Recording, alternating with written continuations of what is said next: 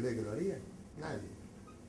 Es decir, las cosas se van precipitando y llega un momento que se tornan inevitables. Inevitables. Bueno, yo hice lo que pude en el sentido, quiero contarles en qué sentido.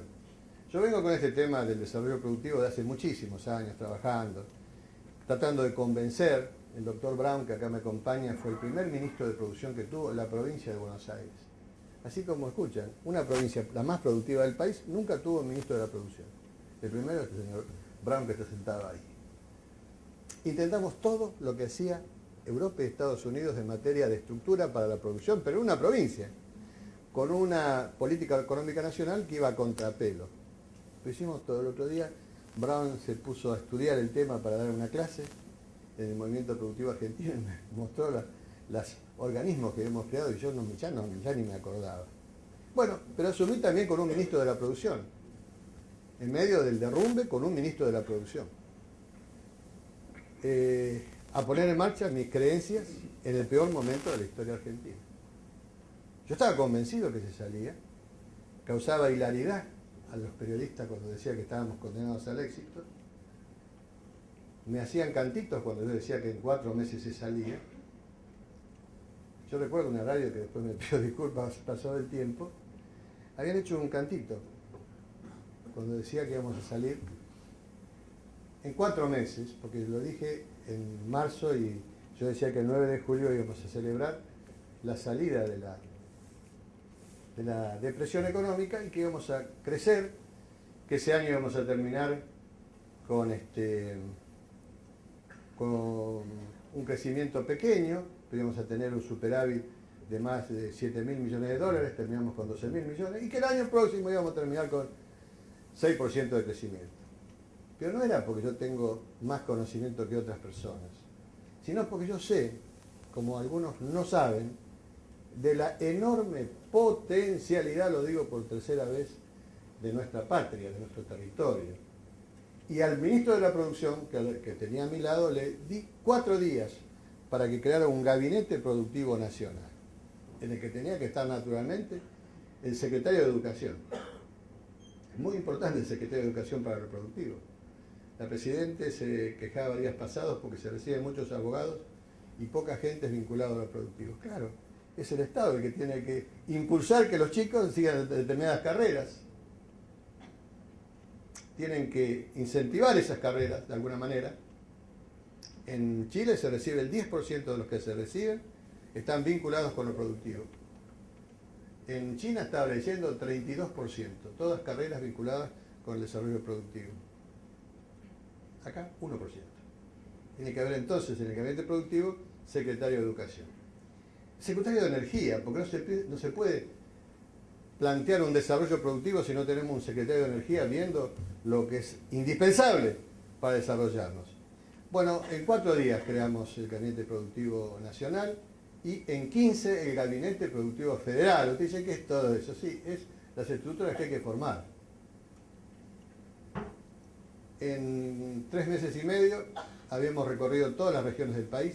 Yo había ido también con el Gabinete Productivo Nacional, identificando las 79 cadenas de valor que teníamos que desarrollar.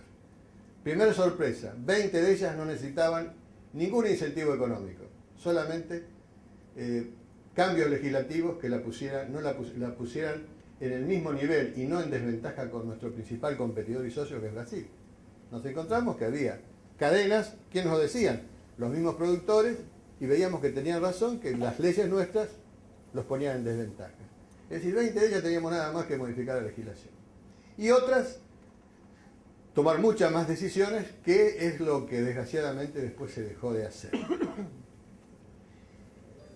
Con un problema, que también le contestaba a la persona que recién me hizo la entrevista aquí abajo, que me preguntó bastante.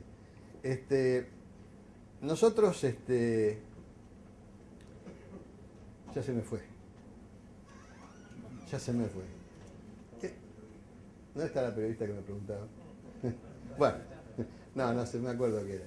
¿Qué? ¿La última pregunta? Sí. ¿Cuál era el aporte que hacía usted? No, pero eso lo cuento después. Bueno. Bueno, no, lo que yo quiero decirles, más allá de que muchas veces quiero pensar lo que voy a decir después y me olvido de lo que tengo que decir ahora, son los años. En realidad es el único camino que tenemos. Que se convenza la gente, los dirigentes, los jóvenes, primero que hay que incorporarse, sangre nueva y productivista a las fuerzas políticas, a todas. Tiene que incorporarse. Brasil, el 34% de los que integran el Congreso de Brasil surgen del sector productivo. El presidente de Brasil surge de la comunidad productiva. Ustedes dirán, es un dirigente que gana, sí, es parte de la comunidad productiva. Estos días decían que yo estaba aprovechando esto del campo para hablar del movimiento productivo. Entonces le mostraba algo que no traje hoy porque me falló la máquina.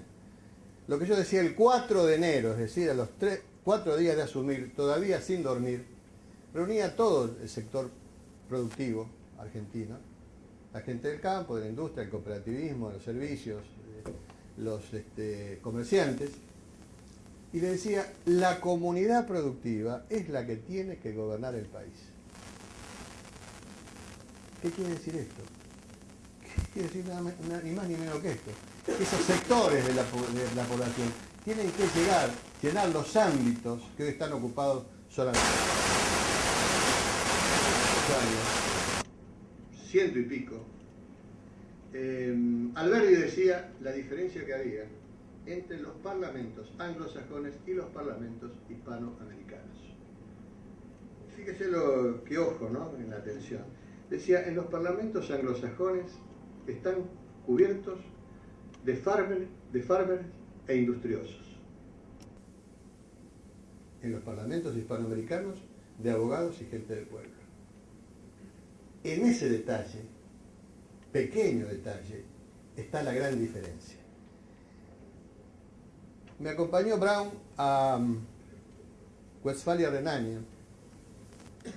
No recuerdo cómo se llamaba el gobernador, creo que después llegó a ser primer ministro por poco tiempo. Y fue acompañado de legisladores y de empresarios. Y sobre todo a los legisladores les digo, fíjense en lo que le voy a preguntar a este señor. Y después le vamos a hacer esa misma pregunta.